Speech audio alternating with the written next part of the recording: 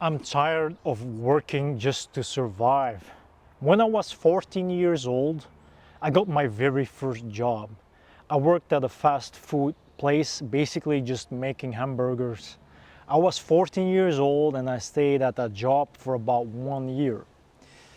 You know, reflecting on that, the first work experience, just below minimum wage, working so many hours, not getting paid decently, not being respectfully treated, it made me feel like a worthless human being. It made me feel like a worthless human being, that the value you have in society is based on the job you're doing, whether you're 14, whether you're 17, whether you're 20, when you're 30, when you're 50. It's all based on what you're doing in the moment. And if it's low class, you know, then people are gonna treat you like low class, like a lesser person, like a human being that doesn't deserve any type of respect. So you're putting in the time, the effort, the hours, you're sacrificing so much for the little you get in return on all levels, and you should be grateful for that. That's very difficult. That's very difficult.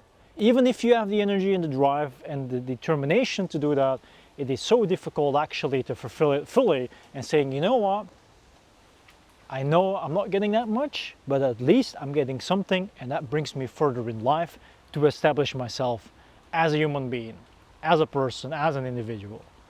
But that's not basically how it works, like it's basically just enough to pay for all the essentials, even not that anymore, if we're talking about right here, right now, not the past. And then you shouldn't complain. And the interesting thing is, if you complain about it, they will raise your wages on an hourly basis. But at the end of the day, you have to give it back through taxes or because of inflation. So either way, you always lose. You always become or the underdog. And to me, I have always been the underdog. I never felt that whatever I earned by putting in the time and the effort, the determination, the motivation, and the energy was treated in a way that I felt fully satisfied with the end result. Because the end result wasn't what I wanted. It was only something to say, you know what? I cannot give you nothing. I can only give you something. But this is the bare minimum. Just shut the F up. I don't want to hear it. I'll see you tomorrow.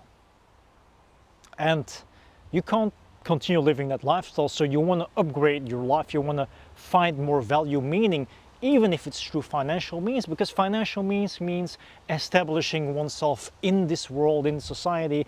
If you want to be a part of it, still a choice. But personally, I was like, you know what? I'm just gonna save that money, and we'll just see next time around what I'm gonna do with the money and with the job. Of course, I'm not gonna stay doing the same thing over and over again, because that's something that we're not created to do. It doesn't matter how high or how low your IQ is, or how your perception is of the world, or what your choices are. A person isn't made to do the same type of thing that is so monotone, that is so structured in a way that a robot, an android, AI would do it way better and not complain. But the human, the creativity, the aspect of being human doesn't want us to do that. So when we do that, we can do that, but the longer we do it, the less it's gonna be good. And I mean, it depends. Some people will become better at it because it becomes so easy, but some people just get bored and just want to move on. And I'm one of these persons, one of a kind of a person that says, you know what, I don't want to continue doing this because this doesn't add to my life's quality.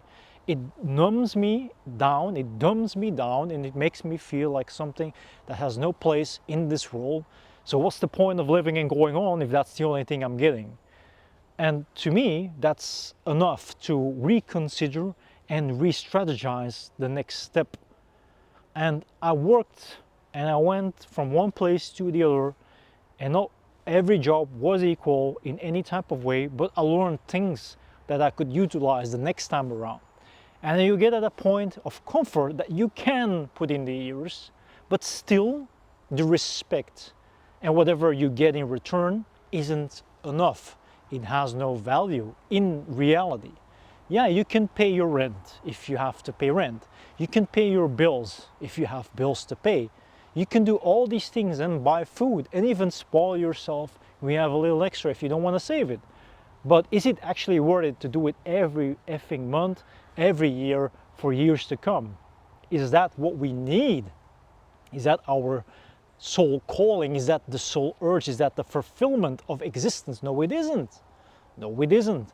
But the illusion that it is, because we identify with us as now physically, that's the problem why we continue doing it, and we keep low, we hush, we shut up. But that's not how it should be. But that's the reality for a lot of people, because what else is there, right? Because I don't believe in anything. And that's problematic, and that's why a lot of people become depressed.